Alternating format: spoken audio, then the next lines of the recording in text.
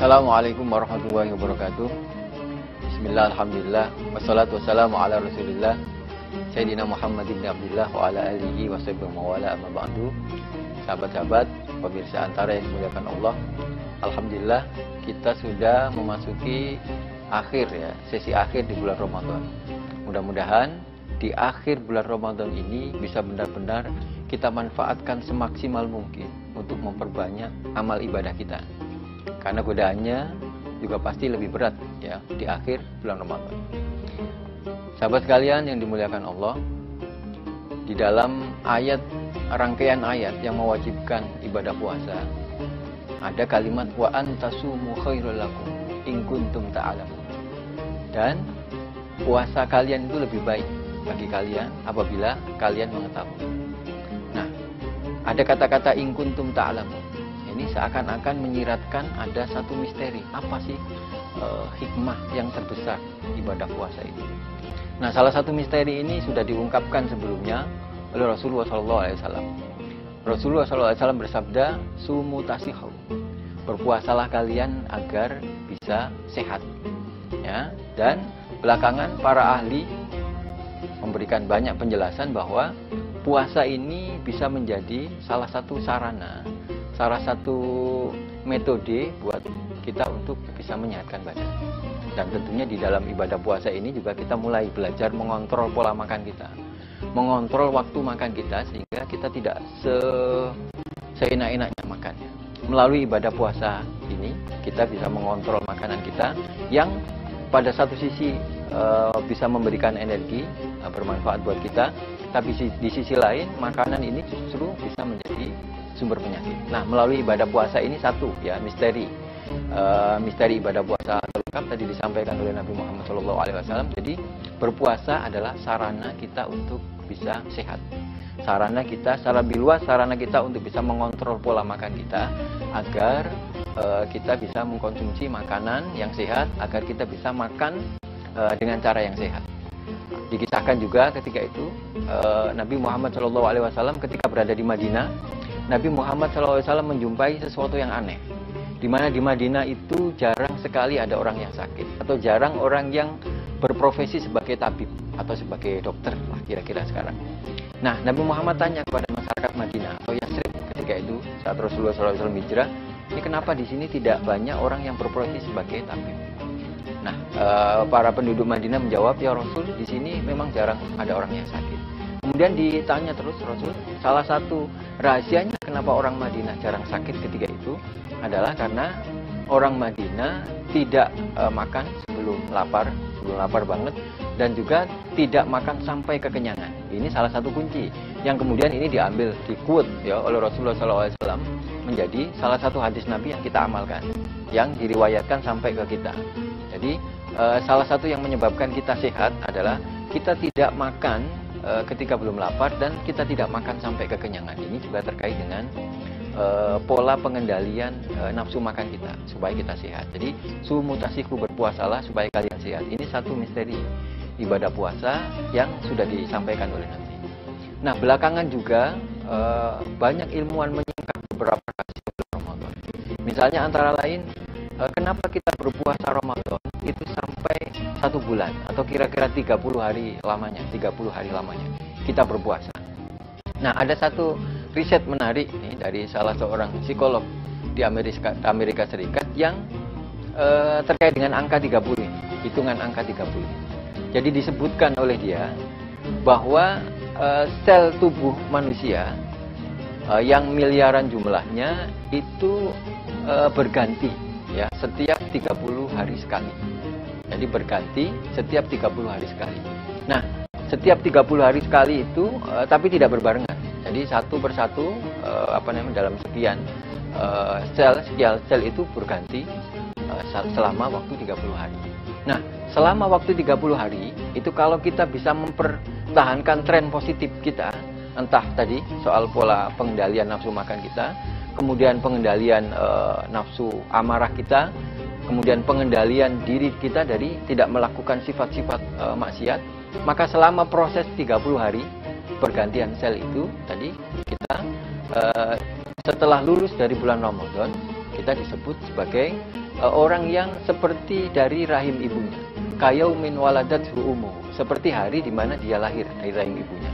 Kenapa? Karena selama 30 hari, selama proses perpindahan, perubahan sel itu dari yang lama menjadi yang baru, setiap perpindahan dari sel dari yang lama ke yang baru, itu kan seperti disket ya, yang masih bersih. Nah, selama 30 hari itu kalau kita melakukan reprogramming istilahnya ya, kalau dalam bahasa komputernya, kita melakukan pemrograman ulang, yang negatif-negatif semuanya dibuang, kemudian selama 30 hari itu dipastikan tidak ada sel kita yang negatif, tidak ada prasangka-prasangka kita yang negatif, semuanya trennya positif. Kita mengatakan yang baik-baik, berprasangka kepada Allah yang baik-baik. Kita juga mengucapkan kalimat yang baik-baik, tidak pernah mengucapkan kalimat yang buruk selama 30 hari itu. Maka setelah lulus kita dari 30 hari selama menjalankan ibadah puasa dan rangkaian ibadah di bulan Ramadan, kita benar-benar tampil ya setelah bulan Ramadan itu kita tampil sebagai manusia yang kayaumin waladathu ummuh, seperti hari di mana kita baru saja dilahirkan. Apalagi nanti di akhir bulan Ramadan nanti ditutup satu momen penting, yakni zakat fitrah. Ya, zakat fitrah itu disebut sebagai zakat badan atau zakat yang wajib dikeluarkan oleh setiap muslim yang menemui bulan Ramadan dan malam bulan Ramadan. Jadi misalnya bayi yang baru dilahirkan di akhir Ramadan pun tetap wajib mengeluarkan zakat fitrah yang dikeluarkan oleh kepala keluarganya. Atau orang yang meninggal pada hari raya Idul Fitri. Nah, dia pernah menemui bulan Ramadan dan meninggal hari raya Idul Fitri, dia juga wajib membayar zakat fitrah. Nah, zakat fitrah ini adalah sebagai penyempurna ya ibadah puasa. Selama kita mengalami gemblengan untuk diri kita sendiri, kemudian setelah itu kita tunjukkan ya kepedulian sosial kita dengan zakat fitrah itu. Tapi tentunya bukan hanya zakat fitrah. Zakat fitrah ini adalah zakat yang wajib kita keluarkan ya di bulan Ramadan sebagai penutup atau sebagai penyempurna ibadah puasa kita. Tapi lebih dari itu, kepedulian sosial kita itu tidak hanya dikeluarkan pada saat kita mengeluarkan kewajiban zakat fitrah saja. Nah, ini kira-kira beberapa hal yang terkait dengan keistimewaan Ramadan. Banyak sekali sebenarnya yang diungkap oleh para ahli kita terkait dengan keistimewaan ibadah puasa, kemudian keistimewaan malam-malam Ramadan, kemudian banyak sekali yang bisa kita ungkap dan kita bisa terus baca ya dari berbagai referensi yang ada. Tujuannya untuk semakin meningkatkan ketakwaan kita, semakin memantapkan kita di dalam menjalankan ajaran agama kita. Jadi bahwa kita melaksanakan ajaran agama itu sudah cukup, akan tetapi dengan menambah banyak sekali referensi, bukti-bukti ilmiah kalau ada ya terkait dengan ritual yang kita laksanakan, insya Allah akan semakin menambah menambah kekuatan kita, semakin menambah semangat kita dalam menjalankan semua yang diperintahkan oleh Allah Subhanahu wa taala. Tapi lebih dari itu, dengan hanya melaksanakan amal ibadah saja tanpa bertanya sedikit pun, itu pun sudah cukup. Nah, tadi bisa ditambah dengan menambah berbagai macam pengetahuan terkait apa yang sudah selama ini kita lakukan, dengan harapan agar bisa meningkatkan semakin baik amal ibadah kita yang selama ini sudah dilaksanakan. Demikian saya sampaikan. Assalamualaikum warahmatullahi wabarakatuh, Sobat Antara. Anda masih menyimak Kurma Tafakur Ramadan, dan sekarang ada tamu spesial yaitu Ahmad Khairul Anam atau Gus Anam. Beliau adalah dosen hukum Islam Unusia Jakarta ya, dan juga ketua Pusat Studi Halal Unusia. Jadi relevan banget dengan ketika kita membahas soal puasa yang dikaitkan dengan sains, bagaimana puasa itu membuat orang sehat, dan juga berbagai hal tentang produk-produk halal yang baik bagi umat muslim dan untuk umat manusia pada umumnya. Nah, di sesi tanya jawab kali ini saya akan melemparkan tanya jawab yang relevan sama tafakur tausiah yang tadi. Dan yang pertama nih, Gus Anam, ya, yang namanya kebetulan mirip dengan saya, ya, Anom. Ini bagaimana ya?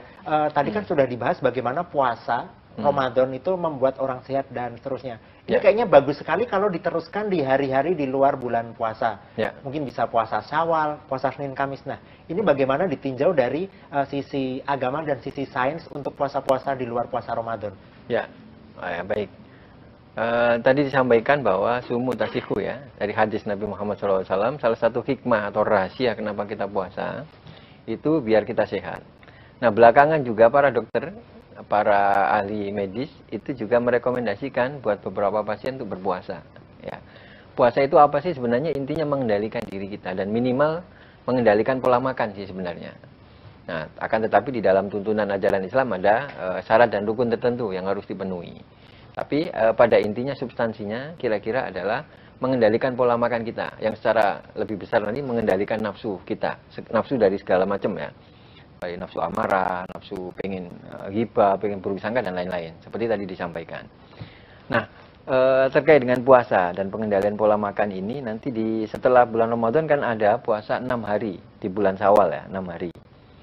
Nah, puasa 6 hari ini selain kesunahan dari Rasulullah SAW, ini juga memastikan bahwa kita nih setelah Ramadan nih nggak los bener-bener ya, dendam, seperti dendam. Jadi setelah Ramadan mentang-mentang sudah tidak diwajibkan puasa, kemudian cara makan kita sudah los semua ya, tanpa kontrol. Nah, kira-kira hikmahnya di bulan Syawal itu, dan memang tidak harus berurutan ya, tidak harus berurutan tanggal 1 sampai tanggal 6, enggak, tapi selama bulan Syawal. Itu salah satu hikmahnya kira-kira memastikan bahwa kita tetap mengontrol diri, ya, mengontrol pola makan kita selama bulan Ramadan, sambil ya tetap mengontrol emosi kita, mengontrol hawa nafsu kita di bulan Ramadan itu. Jadi Ramadan ini adalah ajang latihan kita segala hal.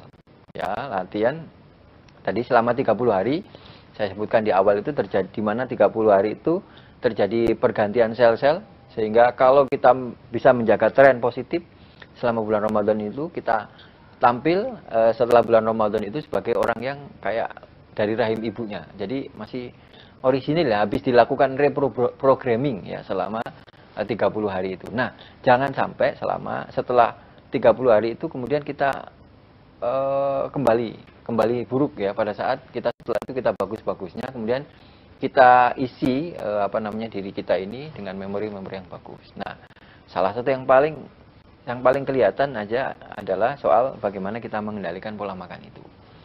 Nah, lebih baik juga kiat-kiat kita dalam menjaga kesehatan itu sekaligus saja diintegrasikan dengan tuntunan Nabi, yakni puasa.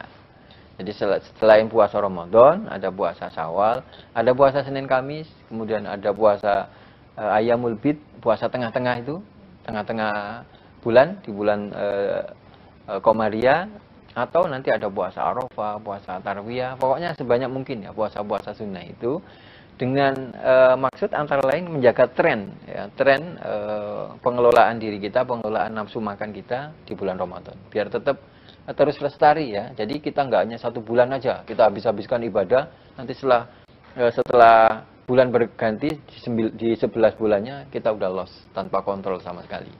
Diharapkan ini hanya latihan. Nah, setelah itu orang dikatakan sukses atau enggak kan setelah tahap latihan itu. Setelah tahap latihan kita baru dikatakan suksesnya itu setelah latihan. Tapi kalau setelah latihan kita balik lagi, ya berarti kita nggak sukses sebenarnya di dalam menjalankan latihan selama 1 bulan. Kira-kira itu.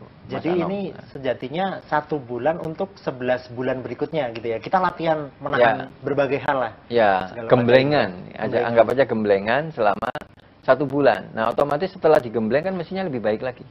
Selama 11 bulannya. Kemudian nanti di bulan Ramadan berikutnya kita upgrade kembali. Karena bagaimanapun juga kalau di luar Ramadan itu memang banyak sekali godaannya. Nah, Ramadan ini kan kita kompak, umat muslim seluruh dunia kita menjalankan ibadah Ramadan. Jadi ibadah pun kalau banyak yang barengin kan kira-kira gitu ya. Kita lebih semangat. Nah, nanti di bulan Ramadan berikutnya kita upgrade lagi. Nah, tapi bukan berarti 11 bulannya kita loss. Ya, sebisa mungkin kita spirit beribadah di bulan Ramadan, pengendalian diri itu tetap kita pegang di 11 bulan setelahnya. Ini ada anggapan umum bahwa umat Islam amalannya itu kayaknya cuma nahan lapar, pokoknya nahan konsumsi dan sebagainya. Ini belum dikaitkan sama makanan halal haram. Oh ya. Kayaknya ribet banget nih bagaimana menjelaskan kepada umat Muslim dan masyarakat pada umumnya bahwa sebenarnya nggak ribet-ribet seribet itu sih gitu. Oke ya. Jadi puasa ini sebenarnya bukan lagi menahan diri dari makanan yang haram. Puasa ini justru malah menahan diri dari makanan yang halal. Ya, kalau haram otomatis sudah ya haram. Nah, puasa ini menahan diri untuk tidak memakan makanan yang halal justru ya. Selama ibadah puasa ini maksudnya untuk menahan diri. Nah, apalagi yang haram ya, jelas dilarang. Dan seperti saya pernah sampaikan, di momen bulan Ramadan, itu adalah saat yang paling efektif kita belajar banyak hal terkait dengan tuntunan Islam, terkait dengan soal halal. Tadi sudah disampaikan, halal dan haram makanan ini bisa terkait dua hal. Yang pertama halal atau haram dari zatnya itu sendiri, disebutkan misalnya bangkai, daging babi, kemudian darah, kemudian minuman keras, segala macam ya, haram itu ya. Kemudian ada juga yang halal, yang haram karena cara mendapatkannya. Cara mendapatkannya yang halal atau yang haram itu sangat menentukan. Ya, jadi ada dua macam halal. Jadi halal dari sisi zatnya maupun halal dan haram dari sisi cara mendapatkannya. Nah, Islam mengajarkan tuntunan makanan kita itu halal dari sisi zatnya itu yang sudah dijelaskan tadi, kemudian halal dari sisi cara mendapatkannya. Nah, halal dari yang tadi ditanyakan kira-kira halal dari sisi zatnya itu. Sebenarnya nggak ribet-ribet amat persoalan halal itu ya. Nggak ribet amat itu karena yang haram di dalam Al-Quran itu cuma beberapa aja. Ada 4 hal itu terutama di dalam satu ayat itu, darah, kemudian bangkai, kemudian daging babi dan binatang yang disembelih tidak sah. Bukan karena Allah atau binatang yang mati tercekik, kemudian yang mati terpukul, yang mati ditanduk binatang keras, binatang buas dan seterusnya. Selebihnya adalah halal ya, makanan itu. Jadi tidak banyak makanan yang halal. Akan tetapi memang kadang-kadang ada saja ya di dunia usaha itu kan kadang-kadang serba dihadapkan dengan kondisi tertentu, misalnya seenaknya sendiri, kemudian cara menyembelihnya misalnya kalau makanan dari binatang-binatang yang halal ya, tentunya yang halal untuk disembelih, tapi tidak disembelih tidak sesuai dengan tuntunan syariat Islam, atau makanan itu najis, tercampur najis. Nah, beberapa makanan yang tidak halal ini selain memang itu karena taken ya dari Allah, nggak boleh makan itu juga pasti kita yakini sebagai umat beragama Islam pasti ada sesuatu yang negatif dari sekian makanan yang tidak dihalalkan buat kita. Nah, riset banyak menunjukkan, misalnya katakan makanan yang najis saja yang kita makan, kalau makanan yang najis kotor itu pasti akan berbahaya buat tubuh kita. Tapi sesungguhnya tuntunannya sederhana, cuman kadang-kadang kita tidak mengendahkan tuntunan itu, sehingga kita lihat pemerintah juga agak sedikit memasang regulasi agak ketat ya soal halal ini, terutama bagi dunia usaha, karena kan biasanya makanannya itu diproduksi dalam jumlah yang besar. Nah, itu apakah ini kan soalnya bisnis ya, jadi juga harus memenuhi kriteria syariat Islam, ya memenuhi konsumen muslim, jadi diatur ketentuan sedemikian rupa terkait dengan jaminan produk halal, gitu kira-kira. Oke. Ini kembali ke soal puasa dan Ramadan, ya. Dan ini kan ada Idul Fitri dan sekarang masih pandemi pula. Ya. Nah, ini bagaimana ketika kita sudah umat Islam di Indonesia punya tradisi untuk mudik lebaran, biasa silaturahim, mengunjungi sanak saudara dari kota ke desa dan sebagainya. Nah, ini bagaimana anjuran Ustadz yang juga sebagai pengurus Majelis Ulama Indonesia mengimbau masyarakat atau umat untuk tidak mudik, atau harusnya seperti apa ini? Ya, karena ini sudah menjadi ketetapan pemerintah, kita dilarang mudik ya maka kita ikutin ya ketentuan pemerintah. Yang tidak mudik fisiknya aja, tapi jangan sampai transferannya ke orang tua kemudian nggak mudik juga. Jadi kita nggak mudik, tapi transferannya tetap dikirim dong, transferan makanan yang biasa kita kasih ke orang tua. Nah, kita tetap kasih. Kalaupun nanti kita mudik kan tidak harus pas hari itu ya. Kadang-kadang kita juga memaksakan diri ya. Seakan-akan kita ketemu dengan orang tua itu pas di saat itu, sehingga semua memaksakan diri. Nah, apalagi sekarang dalam masa pandemi. Jadi kita tahan dulu ya kangennya kepada orang tua, telepon-teleponan dulu lah, kita manfaatkan fasilitas online, dan sekarang juga orang-orang tua kita di rumah, saudara kita juga semuanya bisa terhubung secara online. Nanti kalau sudah dinyatakan aman ya baru kita mudik ya, tapi jangan bareng-barengan kan, mudiknya satu persatu sesuai dengan ketentuan yang ditetapkan oleh pemerintah, sehingga nggak barengan. Tapi jangan lupa transferannya tetap mudik juga dong. Jangan sampai gara-gara nggak mudik kemudian transferannya dipegang aja di rumah. Yang semestinya biasa kita kasih ke orang tua, ya kita kasih. Nah, ini kalau memaknai mudik sendiri itu kan dari Ya. sisi agama memang Rasul tidak mengajarkan dan sebagainya. Tapi di situ ada nilai silaturahim dan sebagainya. Ya. Ini bagaimana kita menempatkan budaya masyarakat dengan tuntunan dari Rasul gitu. Ya. Memang mudik ini ya tradisi kita ya, karena kita ada urbanisasi ya. Kita ini besar sekali ya. Padat sekali di kota-kota ini. Jakarta, kemudian Surabaya, Jogja, Medan, Makassar gitu, ada beberapa titik ya kota yang padat penduduk itu.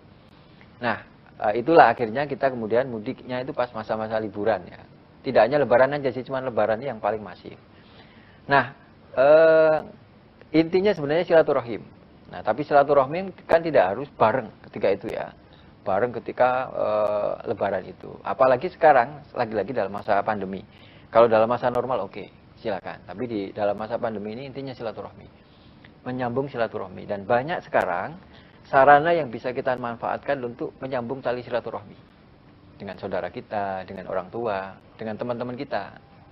Ya, bisa ke apa namanya, dan yang paling penting sebenarnya mumpung kita nggak bisa mudik nih, kita silaturahminya dengan tetangga-tetangga sebelah rumah kita. Kita kadang-kadang aneh ya. Kita nyaris jarang sekali berinteraksi dengan tetangga kita. Tapi lebih banyak berinteraksi dengan teman-teman rekan kerja kita. Bahkan di samping kanan kiri rumah kita jarang kenal. Ya, itu juga ada aspek silaturahminya. Jadi mumpung kita nggak mudik, ya kita manfaatkan waktu-waktu lebaran ini untuk bersilaturahmi. Dengan kanan kiri ya, tetangga kanan kiri kita. Ke sana 40 rumah, ke sana 40 rumah, kan tuntunannya gitu. Tapi intinya silaturahmi tetap jalan, dengan keluarga kita di kampung tetap jalan. Tapi jangan lupa juga silaturahmi dengan masyarakat sekitar rumah kita. Oke, dan terima kasih Gus Anam atas kehadiran di program Kurma. Ya, mudah-mudahan bermanfaat. Ya. Dan Sobat Tata, terima kasih sudah menyimak Kurma Tafakur Ramadan di sesi tanya jawab dan tausiahnya tadi ya. Dan terus simak berita cepat, akurat dan penting di portal antaranews.com, dan juga konten-konten yang menarik dan edukatif di channel YouTube Antara TV Indonesia. Demikian dari saya. Assalamualaikum warahmatullahi wabarakatuh. Wassalamualaikum warahmatullahi wabarakatuh.